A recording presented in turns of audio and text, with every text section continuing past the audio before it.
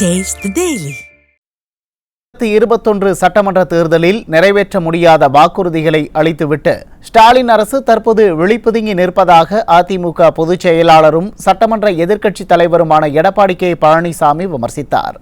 கோவை விமான நிலையத்தில் செய்தியாளர்களை சந்தித்த அவர் இதனை தெரிவித்தார்.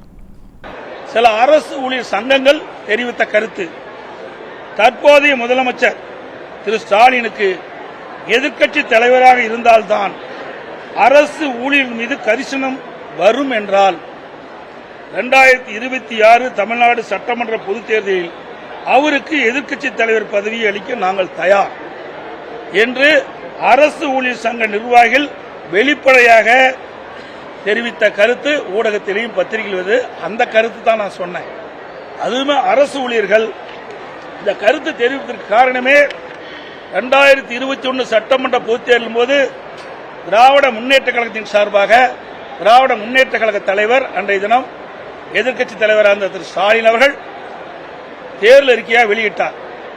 நிறைவேற்ற முடியாத வாக்குறுதிகள் எல்லாம் அளித்து 2021 சட்டமன்ற பொதுத் தேர்தலின் போது நீங்க வெற்றி பெற்றீங்க. வெற்றி பெற்ற பிறகு தேர்தல் நேரத்தில் திராவிட முன்னேற்ற கழகத்தின் சார்பாக கொடுக்கப்பட்ட தேர்தல் வாக்குறுதியை நிறைவேற்றுவதுதான் உண்மையான கட்சிக்கு அழகு. ஆனா எப்படியாவது வெற்றி பெற வேணும் அப்படின்னு ஒரே நோக்கத்தோடு நிறைவேற்ற முடியாத அறிவிப்புகளை அறிவித்துவிட்டு இன்றைக்கு விழிப்புதுங்கி நிற்கின்ற அரசாங்கம் திமுக அரசாங்கம்.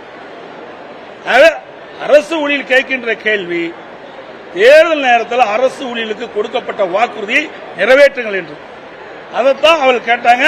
அதற்கு அவள் சொன்ன கருத்தை தான் நான் பிரதிபலித்தேன்.